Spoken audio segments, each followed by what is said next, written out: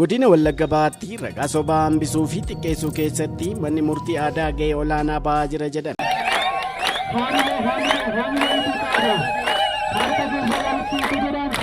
Hundaa'uun mana murtii aadaa tajaajila si'ataa fi haqa qabeessa dhiyeenyatti akka argannuuf nu gargaareera jedhan jiraattonni godina Wallagga Bahaa aanaa Gobbusayyoo. Jiraattonni godina Wallagga Bahaa aanaa Gobbusayyoo gandoolee garaagaraa yaada kennaniin hundaa'uun mana murtii aadaa tajaajila si'ataa fi haqa qabeessa dhiyeenyatti akka argannuuf nu gargaareera jedhanii rakkoo kanaan dura tajaajila argachuuf karaa dheeraa deemuun baasii hin malleef saaxilamaa turre irraa baraaramneerra jedhan. Tajaajilli nuu kennamaa jiru baay'ee gaariidha. Baay'ee namatti tola. Tajaajila adda addaa ani amma kanan jedhamne tajaajila karama hunda uummata kunuunsuudhaan uummata tajaajilu gargaaruudhaan hundinuu uummataaf tajaajila guddaa kennaa jiru.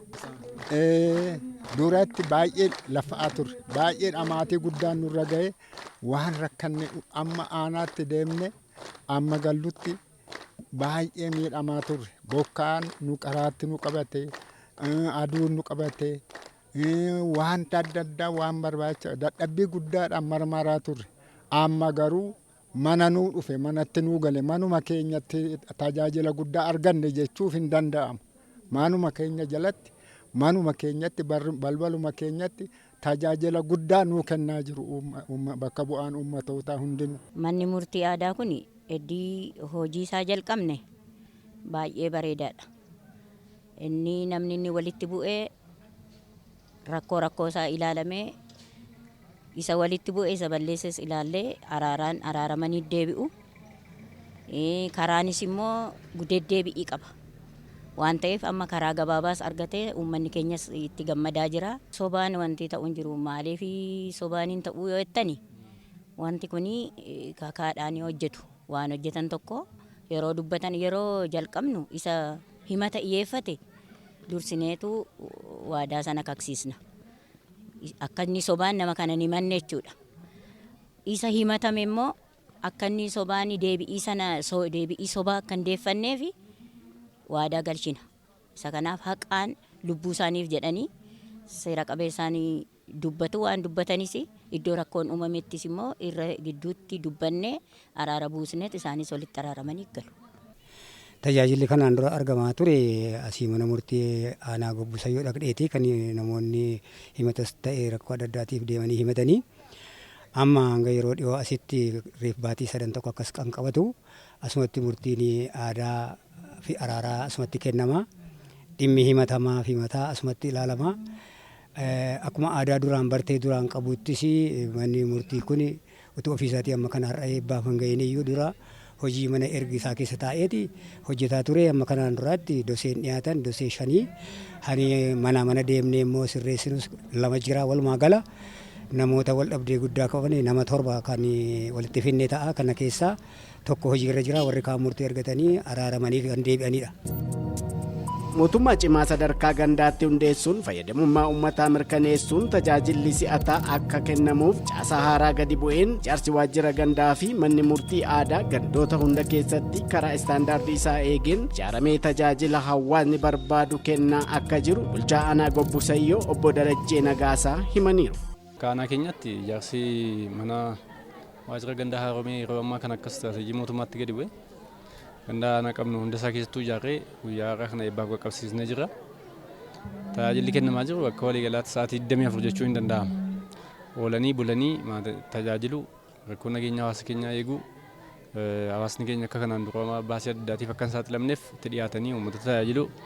Ganda qofaatti utuu hin taane gandarraa gadittis hojiin hojjetamu hojii bal'aa waan jiruuf naannoo sanatti hawaasni tajaajila kaleessa fagootti dheebotu sana dhiyoo isaatti argatee kan tajaajilamu gochuudhaafi keessumaa mootummaan murtoo cimaa bara kana dabarse gandii of danda'u humna baratiin gaggeeffamuu akka qabuu fi caasaan sunis guutamee waajjirris ijaaramee hojii isaa hojjechuu akka qabu kan jedhu qofatu hin taane qabatamaadhaan adda murtoo kun irraa kaasnee amma guyyaa har'aattis hojii qabatamaa sana keessa kan jiru. Hawaasni keenyas tajaajila kanatti gammachuu argatee ofiisaatii baasiisaa qabeenyasaa dandeettii qabu hundaanii sadarkaa gandaatti waajjira gandaa ijaarratee guyyaa irraa eebbaaf qaqqabsiisee kan jiru ta'uu isaadha. Haala amma qabnuun aanaan Gobbusayyoo dhuguma bara darbee qormaata kee ture 2013 irraa kaasee bara kana bifa adda ta'een humna waloo gaachana sirnaa milishaa yookaanis uummatichuma abbaa nageenyaa gochuudhaan karaa adda addaatiin uummatichumti bobba'ee rakkoo nageenyaa sa'aatii ammaa kana sadarkaa baay'ee xiqqaa ta'een xiqqeeffatee jira. Akka aanaattis ganda hunda keessattuu hojii misoomaa hojii nageenyaa ganda hunda gallee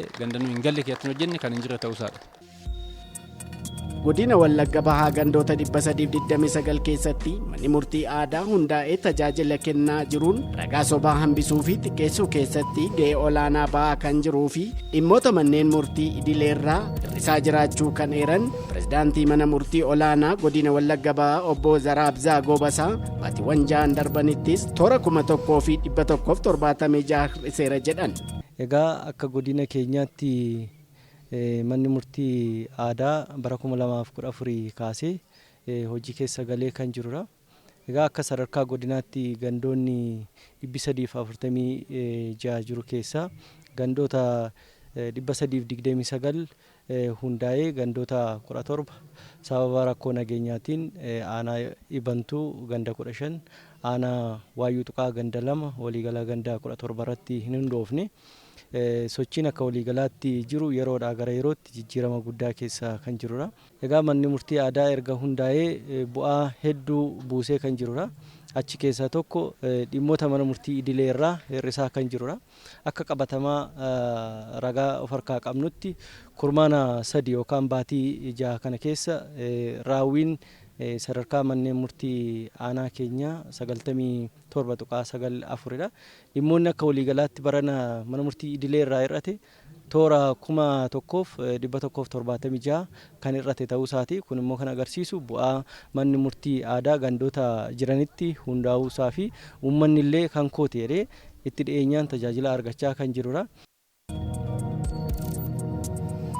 Fayyadamummaa uummataa mirkaneessuuf tajaajila si'ataa yeroodhaan karaa baasii qusatuun itti dhiyeenyatti akka argatuuf hojiin tajaajila sadarkaa gandaa jiru cimsuun hojjetamaa jira kan jedhan bulchaa godina Wallagga Bahaa obbo Waggaarii Nagaraa tajaajilli jalqabee jirus carraa misoomuu uummataa kan ol guddisedha jedhan.